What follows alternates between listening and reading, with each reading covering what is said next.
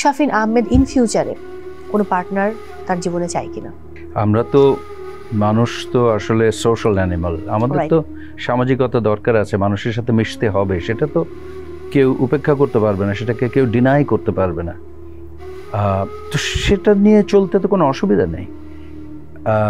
বন্ধু, একটু বিশেষ বন্ধু যেরকমই হোক না কেন, রিলেশনশিপকে বেশি ডেফিনিশন দেওয়ার প্রয়োজন নাই, কিন্তু যার সাথে বা যাদের সাথে সময় স্পেন্ড করতে ভালো লাগে সেটা করলেই তো চলে। আমার সামাজিকতা, আমার যে নিজের প্রয়োজন, যে মানুষের সাথে মেলামেশা করার যে একটা তাগিদ থাকে, সেটা তো অনেকভাবে মেটানো যায়।